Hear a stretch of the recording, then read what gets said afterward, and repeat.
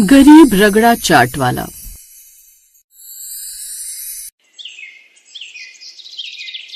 भरतपुर गांव में मनीष नाम का आदमी रगड़ा चाट बनाकर बेचा करता। उसकी रगड़ा चाट इतनी अच्छी होती थी कि छोटे क्या बड़े भी उसकी रगड़ा चाट खाने के लिए आया करते थे। आइए आइए रगड़ा चाट खाइए, ले लो रगड़ा चाट, एक बार खाओगे बार बार आओगे। हाँ मनीष भाई, आपकी रगड़ा चाट में कमाल का स्वाद है, इसीलिए तो हम खिंचे चले आते हैं। लगा दो एक प्लेट। हाँ अभी लगाता हूँ। तभी उसकी दुकान पर ग्राहक आने शुरू हो जाते हैं। अरे भाई जरा मेरे लिए भी जल्दी से एक प्लेट रगड़ा चाट लगा दो, सुबह से इंतजार कर रहा हूँ कि कब तू ठेला खोलेगा और कब मैं तेरी रगड़ा चाट खाऊंगा। हाँ अभी लगाता हूँ भाई साहब। और मेरे लिए 2 प्लेट रगड़ा चाट पैक कर दो, सुबह से पति नाराज है, चाय बनाकर उसके साथ रगड़ा चाट खिलाऊंगी। अगर ऐसी बात है तो आपके लिए चटपटी चाट बना देता हूँ। वैसे मनीष भाई आप इसमें डालते क्या हो, और ये है कहाँ की डिश?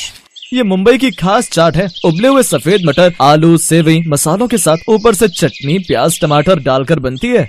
मनीष जल्दी से सबको चाट बना कर देता है। ऐसे ही सुबह से शाम तक वो मेहनत करता है और सुकून के 2 पल के लिए घर आता है। घर आने से पहले ही उसकी बीवी मालती दरवाजे पर ही उसे रोक कर कहती है, अजी आज कितने की कमाई करके लाए हो? लाओ जो भी कमाया इधर दो।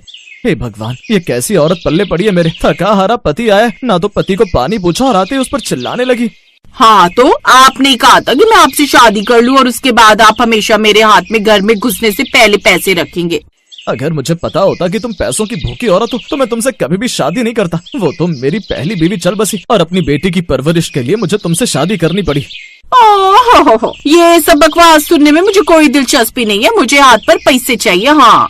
मनीष गुस्से में जेब में से पैसे निकालकर उसे दे देता है। फिर कमरे में जाकर अपनी पहली पत्नी की तस्वीर को गले लगाकर उसे याद करता है। कई साल पहले बच्चे को जन्म देने के बाद ही उसकी पहली पत्नी का देहांत हो गया था और मालती उसकी दूसरी बीवी थी, जो कि न उसका ढंग से ध्यान रखती और न ही उसकी बेटी नेहा का। नेहा रोते हुए मनीष के पास आती है। बाबा मुझे मैंने सुबह से कुछ भी नहीं दिया खाने को। मेरी बेटी सुबह से भूखी है, रुक मैं तेरे लिए एक प्लेट रगड़ा चाट छुपा कर लेकर आया हूँ, ये खा ले। वाह रगड़ा चाट।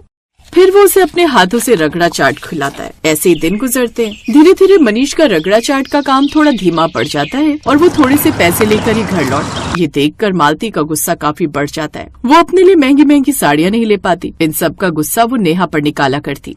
अरे ओ मेरे सौतन की बेटी, जल्दी जल्दी हाथ चला वरना गर्मा गर्म चिमटा ऐसा कमर पर चिपकाऊंगी कि अपने आप ही हाथ चलने लगेंगे। हाँ नहीं तो। फिर काम करते हुए पोछे की बाल्टी नेहा से गिर जाती है और सारा पानी फैल जाता है। ये देखकर मालती को बहुत गुस्सा आता है और वो उसे बाल पकड़कर खूब मारती है। तभी वहाँ पर काम कम होने की वजह से मनीष जल्दी घर आ जाता है और ये सब देखकर अब वो सहन नहीं कर पाता। जल्लाद औरत, मैं इस घर में तुम्हें अपनी वजह से नहीं बल्कि नेहा की वजह से लेकर आया था, लेकिन तुम माँ तो क्या एक औरत बनने के भी लायक नहीं हो। यही कारण है कि 4 साल हो गए तुम्हारे खुद की कोई संतान नहीं है। निकल जाओ मेरे घर से और मेरी बेटी अपना गुजारा कर लेंगे हम। इसे तुम्हारी जैसी माँ की जरूरत नहीं है। मुझे भी कोई शौक नहीं है तुम जैसे भिखारी के साथ रहने का। मालती अपना सामान लेती है और घर से निकल जाती है, लेकिन साथ ही वो मनीष की सारी जमा पूंजी भी लेकर चली जाती है, जिसकी भनक मनीष को नहीं थी। और जैसे ही उसे ये सब पता चलता है तो वो अपना माथा पकड़ लेता है। हे भगवान, अब मैं क्या करूं? वो डायन तो सारे पैसे लेकर चली गई। वैसे भी मेरा काम कुछ अच्छा नहीं चल रहा, अब मैं अपना गुजारा कैसे करूंगा? ये सोचकर वो बड़ा परेशान होता है। अब वो नेहा को भी अपने साथ ले जाता है। उसके साथ गांव के चौराहे पर रगड़ा चाट बेचने के लिए चला जाता है। उस नन्ही सी नेहा को देखकर गांव की औरतें आकर्षित होकर आती हैं और उसको खूब लाड भी करती हैं।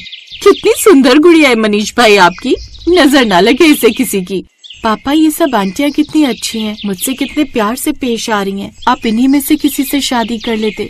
चुप हो जा मेरी माँ, तू मुझे पिटवा मत देना। और शुरू में सारी दूसरी माँ अच्छी लगती है, असली रूप तो वो बाद में दिखाती है जैसे तेरी माँ ने दिखाए। ऐसे दिन बीतते हैं और एक रोज मनीष जब काम से घर लौट रहा होता है तब उसे एक लॉटरी वाला नजर आता है। ले लो साहब लॉटरी ले लो, क्या पता किस्मत चमक जाए। सिर्फ 200 रुपए की है।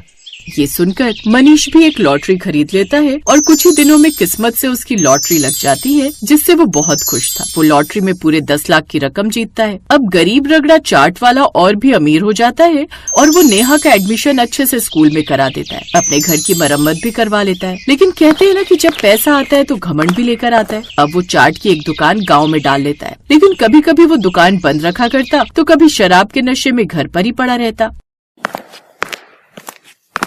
पापा आज काम पर नहीं जाना है क्या? नहीं बिटिया, अब तेरे बाप को काम करने की कोई जरूरत नहीं। तेरा बाप लखपति बन गया है। पापा पहले ही अच्छे थे, मेरा भी ध्यान रखते थे। अब आप या तो बाहर घूमते रहते हो या फिर ऐसे ही पड़े रहते हो। ज्यादा बकवास मत कर, ज्यादा जुबान मत चला, समझी? अब मैं जा रहा हूँ काम पर।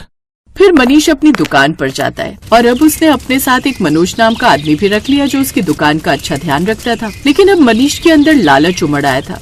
पैसे हो तो हर इंसान सलाम ठोकता है। लगता है बहुत अमीर बनना होगा। अमीर से और अमीर बनने का एक ही रास्ता है, खराब से खराब सामान दिया जाए। जितना सस्ता सामान बेचूंगा उतना ही सस्ता सामान इस्तेमाल भी करूंगा। अब वो यही करता है। फिर एक दिन उसके घर मालती आती है और उसके पैर पकड़कर कहती है, आजी मुझे माफ कर दीजिए ना, मैं नहीं जानती थी कि आपकी जिंदगी की मनहूसियत मैं ही थी। मेरे आपके घर से जाते ही आपने दुकान खोल ली, आप लखपति बन गए। मुझे वापस अपने साथ रख लीजिए। आज के बाद मैं कभी आपका घर छोड़कर नहीं जाऊंगी और नेहा को भी खूब प्यार दूंगी। अब वो उसे एक दूसरा मौका दे देता है। मालती अब नेहा के साथ अच्छे से रहती। फिर धीरे धीरे मनीष की दुकान पर ग्राहक कम हो गए। उसने सामान की गुणवत्ता घटा दी थी, इसलिए वो मनोज को भी काम से निकाल देता है। मनोज को बड़ा बुरा लगता है। अब मनीष की आधी से ज्यादा दौलत या तो शराब या फिर अपने घर के खर्चे में बर्बाद हो चुकी थी। जिसके बाद जैसे ही मालती को इस चीज की भनक लगती है, वो बची खुची सारी दौलत भी समेट कर घर से भाग जाती है। हे राम, मैं तो मर गया, बर्बाद हो गया। वो औरत दोबारा से मेरा सारा सामान लेकर भाग गई। मुझे लगा था इस बार सुधर गई होगी, लेकिन वो डायन है, नहीं सुधर सकती। इधर मनोज ने गुस्से में उसकी दुकान में आग लगा दी। कुछ समय बाद खबर मिली कि ये सब मालती और मनोज ही प्लान था। वो दोनों एक दूसरे से प्यार करते थे। उस दिन के बाद मनीष ने सारा नशा छोड़ दिया और फिर से ठेला लगाया और उसी पर चाट बेचने लगा, जिससे उसकी दाल रोटी चलने लगी। अब वो उसमें भी नेहा के साथ गुजारा कर खुशी खुशी रहने लगा।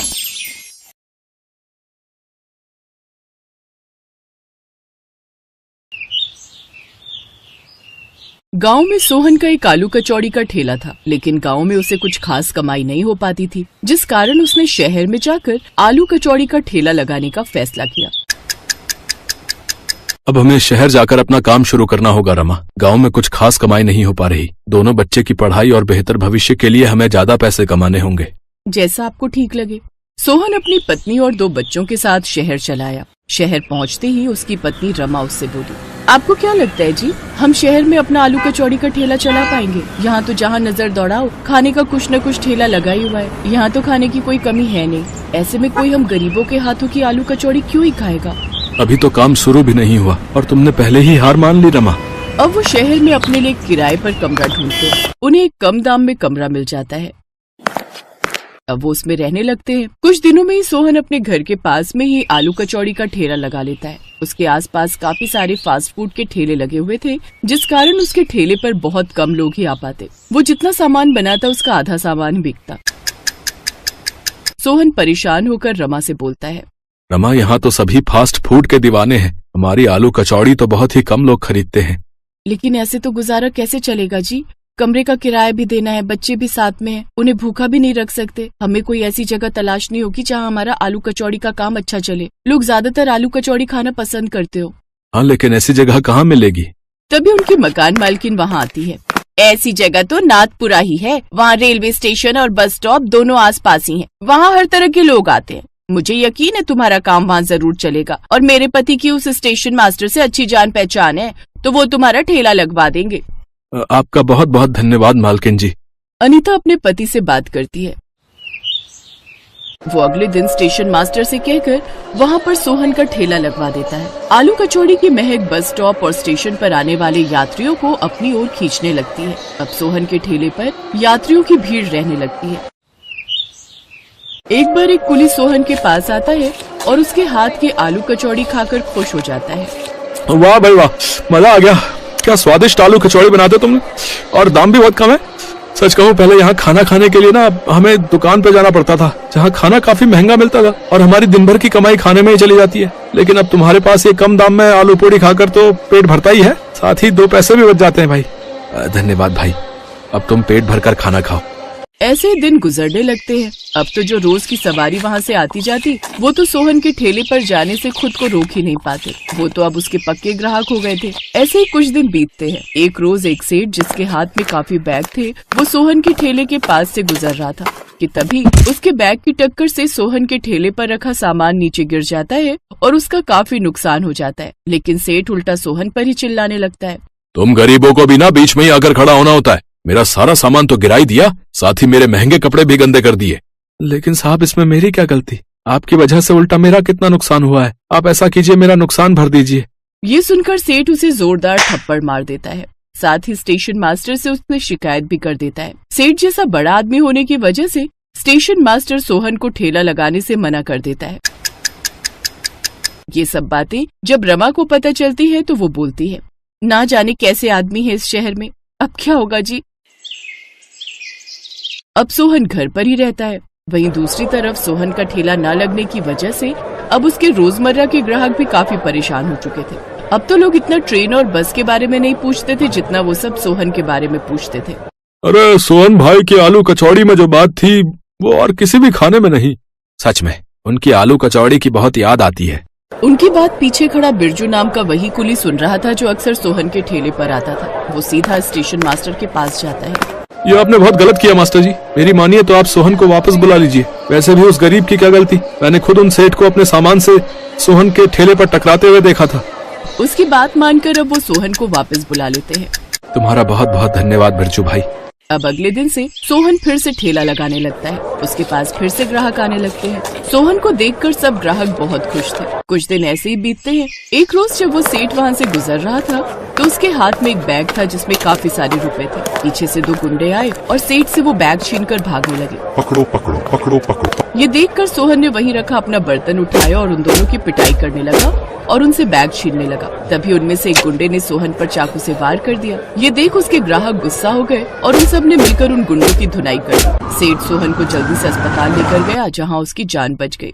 अब मैंने तुम्हारे साथ कितना गलत किया। उस रोज तुम्हारी गलती नहीं थी, लेकिन फिर भी तुमने आज मेरे लिए अपनी जान की बाजी लगा दी। कोई बात नहीं साहब, पैसा कितनी मेहनत से कमाया जाता है ये बात मैं अच्छे से जानता हूँ और इंसानियत की खातिर आपकी मदद करना मेरा फर्ज था। आपकी जगह कोई और होता तो तब भी मैं ऐसा ही करता। सोहन, सच में तुम भले इंसान हो और ऐसे इंसान की मदद मैं भी करना चाहूंगा। अब सेठ सोहन के लिए एक बड़ी सी दुकान खुलवा देता है जिससे उसके पास और भी ग्राहक आने लगते हैं।